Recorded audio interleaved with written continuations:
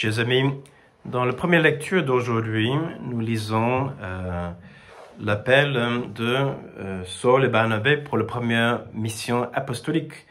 Donc, je vous invite juste en écoutant cette partie de la lecture, d'imaginer comment s'était produit cette voix de l'Esprit Saint.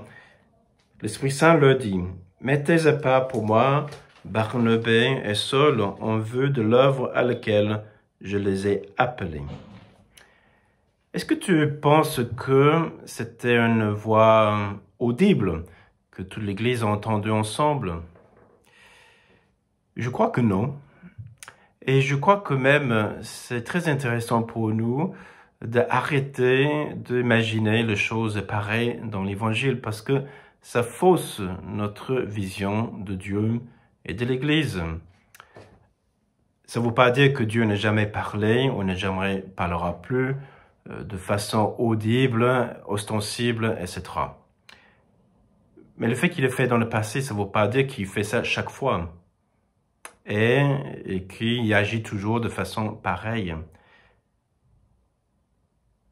Le risque, c'est, si j'imagine que Dieu ou l'Esprit Saint ne parle comme ça, de façon audible, le fait que moi, je n'ai jamais entendu une voix audible en venant de Dieu, ça veut dire qu'en fait, il ne parle pas à moi.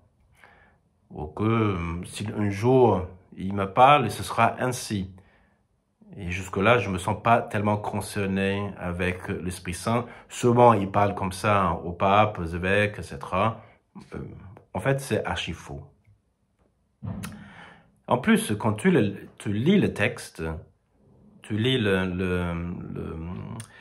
ce qui se passe après. Il dit, alors, après avoir jeûné et prié, il leur avoir imposé les mains, il les laissait partir. Si c'est une voix audible venant de l'Esprit Saint, pourquoi ils n'ont pas agi tout de suite? Pourquoi ils avaient jeûné et prié avant d'imposer les mains? Ils l'envoyaient. Parce que sûrement c'était une parole qui venait de l'Esprit Saint qui avait besoin de discernement. J'imagine que c'était plutôt quelque chose qui est venu sous le cœur d'un ou plusieurs membres de l'Église qui était porté à discuter et à discerner. Et sûrement c'était aussi le fruit d'une contemplation de ce que vient de se passer ces dernières années dans l'Église. On voit une église qui commence, ils sont confinés à Jérusalem.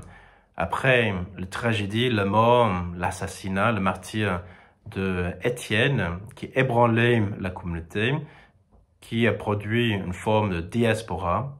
Ils se sont repartis un peu dans la région. Ils commencent à parler d'abord aux Juifs. Et quelques-uns à Antioche, ils ont aussi osé parler aux non-juifs, qui ont aussi reçu, non pas seulement la foi, mais l'Esprit Saint. Ils ont devenu membres de l'Église de part entière. Et là, ils ont dit, mais si les païens, entre guillemets, eux, ils sont aussi amenés à avoir la foi, est-ce qu'on doit rester ici à Antioche en attendant que eux, ils viennent jusque nous pour recevoir cette bonne nouvelle? Ou plutôt, la bonne nouvelle, il est destiné pour eux, c'est une telle urgence de l'annoncer, on ne peut pas la garder juste pour nous. Est-ce qu'on ne doit pas aller à leur rencontre, de montrer l'œuvre de Dieu afin qu'ils puissent croire tout de suite? On voit que l'Esprit Saint est déjà à l'œuvre, en mettant tout cela sur le cœur des uns des autres. Mais il y a eu un discernement qui avait besoin d'avoir lieu. Et ce discernement, ce n'était pas fait chacun dans son coin, mais c'était en Église. Il y a plusieurs, ils ont jeûné et prié, afin qu'ils puissent voir plus clair qu'est-ce qu'ils doivent faire, qu'est-ce que Dieu est en train de les appeler à faire. Donc, pour nous, je crois que d'abord, l'Esprit Saint continue à nous parler, à te parler, et cela, je dirais, tous les jours, au fond de ton cœur. Et dans chaque décision importante à prendre, j'ai besoin de discernement, de prier et de jeûner.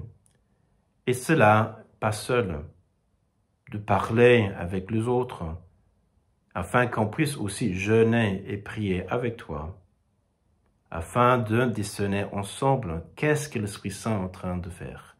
Et c'est sûr que l'Esprit Saint nous éclairera. Et quand ça vient de Dieu, on contemple la décision qui vient de Dieu, il est toujours associé avec certains fruits, la paix, le bonheur, la joie, le courage. Ça ne veut pas dire qu'il n'y aura pas d'arguments pour et contre. Mais si ça vient de l'esprit, même ces arguments contre, ils nous aident à dire, voilà, malgré ça, je sens ou nous sentons qu'en fait, c'est là où l'esprit nous envoie. Donc, prions déjà pour toutes les vocations de cette semaine dédiée à la prière pour les vocations.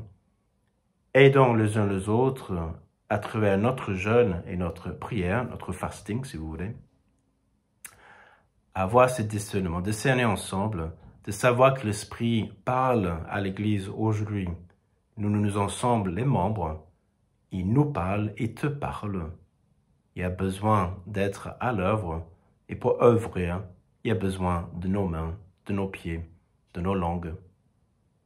Donc prions le Seigneur qui nous aide à ne pas frustrer son œuvre, mais de discerner ensemble et de accomplir l'œuvre qui nous attend aujourd'hui et demain.